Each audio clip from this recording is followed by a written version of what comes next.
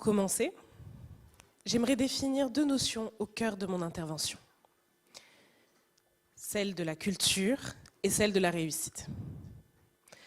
Google définit la culture comme l'ensemble des aspects intellectuels et artistiques d'une civilisation. À l'école de la République, on nous apprend qu'il existe également d'autres formes de culture, propres à chaque entreprise, chaque métier, chaque institution et même chaque famille. Quant à la réussite, elle se traduit par un succès ou l'atteinte d'un objectif. Elle est synonyme de victoire et de réalisation. Maintenant, j'ai une question à vous poser. Combien parmi vous êtes des enfants d'immigrés? Levez la main si c'est votre cas. Ok. Levez bien haut parce que je suis myope.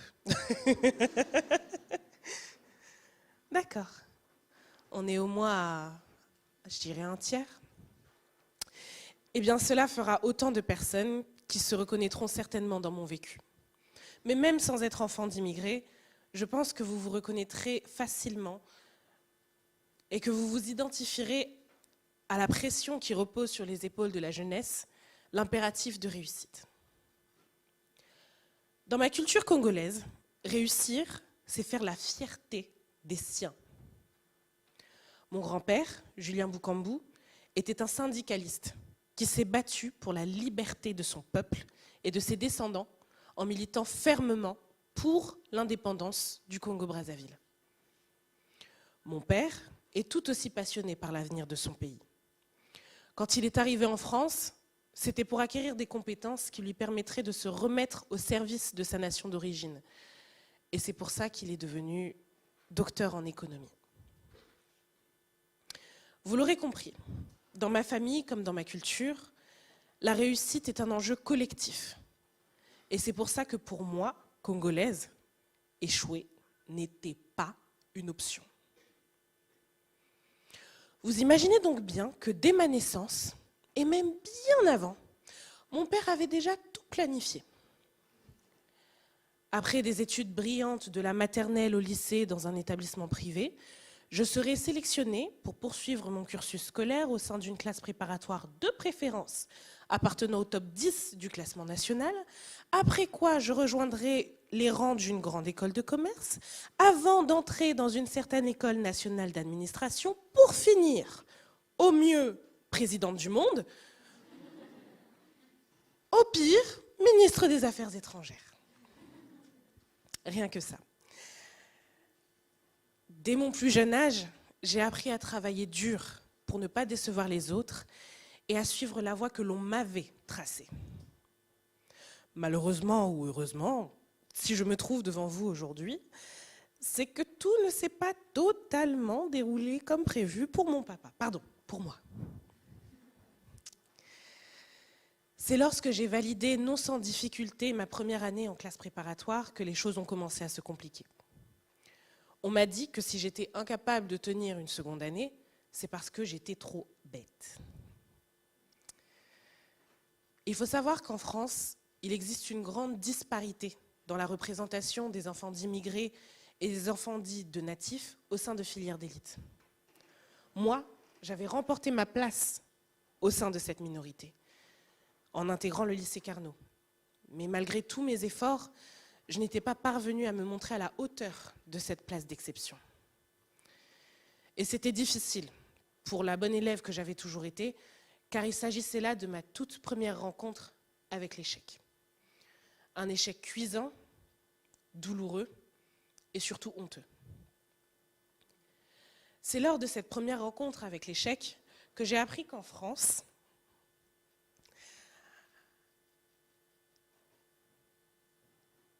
la réussite équivalait à une absence totale de faux pas.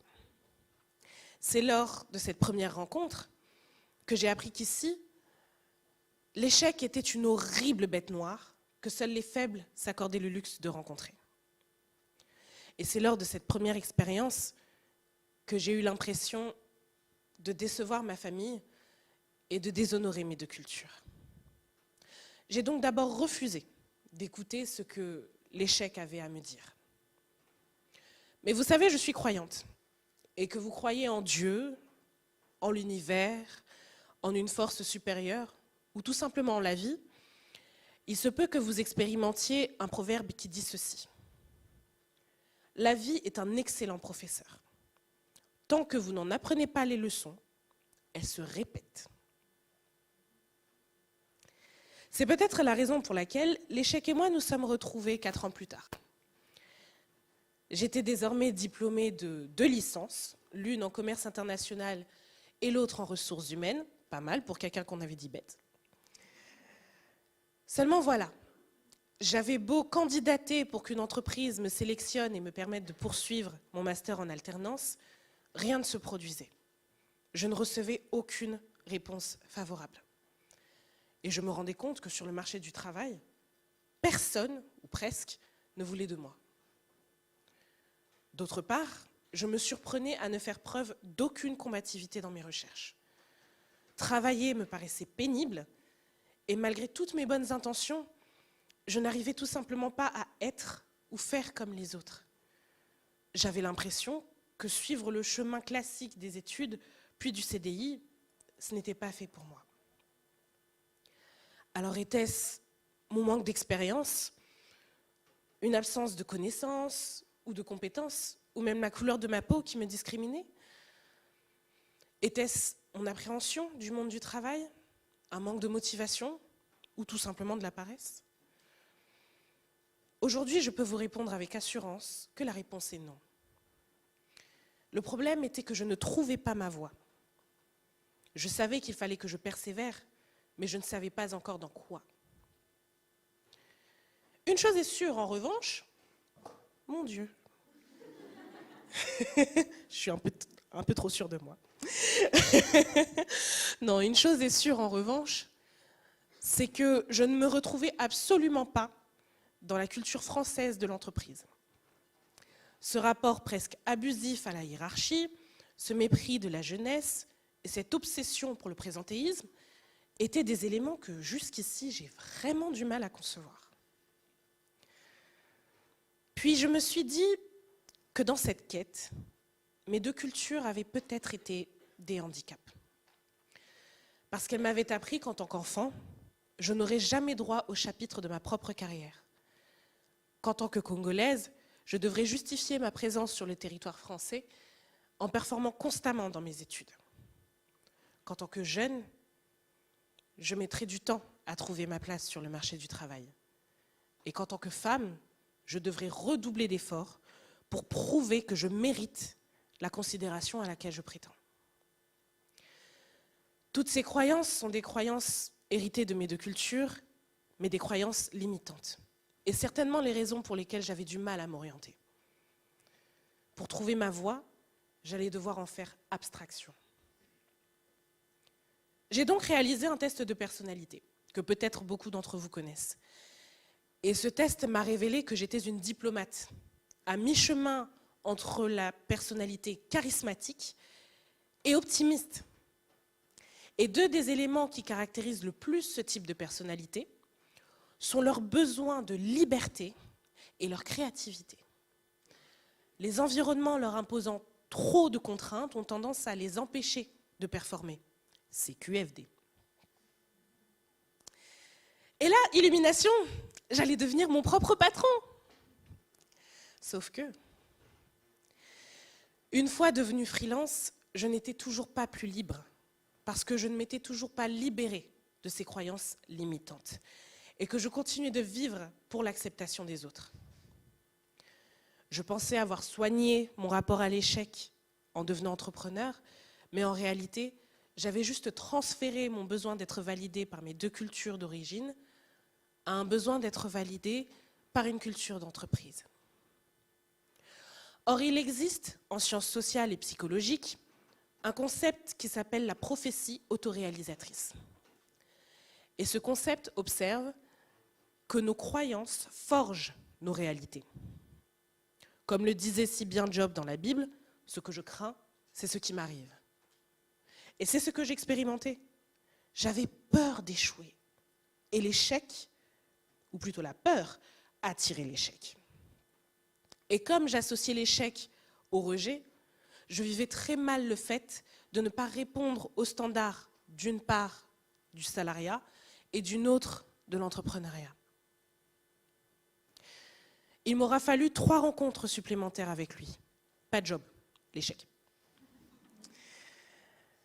2 matérialisées en emploi que je n'ai su garder, et la dernière en un terrible burn-out en tant que freelance, pour que j'accepte enfin de m'asseoir et d'écouter ce que l'échec avait à m'apprendre au sujet de la réussite. Et là, j'ai appris qu'il était bon de persévérer, mais pour les bonnes raisons. Jusqu'alors, j'avais fait preuve de résilience, mais dans la mauvaise direction. J'ai compris que pour trouver ma voie, j'avais besoin de briser le moule des 2 cultures qui m'avaient forgée. Et paradoxalement, je me suis aperçue que suivre ma voie était une forme d'hommage à ma culture familiale d'indépendance. Parce qu'après tout, mon grand-père était un révolutionnaire et mon père, un consultant indépendant aussi. J'ai appris à puiser dans tout ce que j'avais acquis en chemin pour rebondir. Mon amour pour la culture populaire afro-américaine, par exemple, m'a montré que je devrais peut-être repenser l'échec de la même manière dont le pensent les entrepreneurs que j'admire outre-Atlantique. C'est-à-dire une fierté, un tremplin, quelque chose à faire valoir sur mon CV.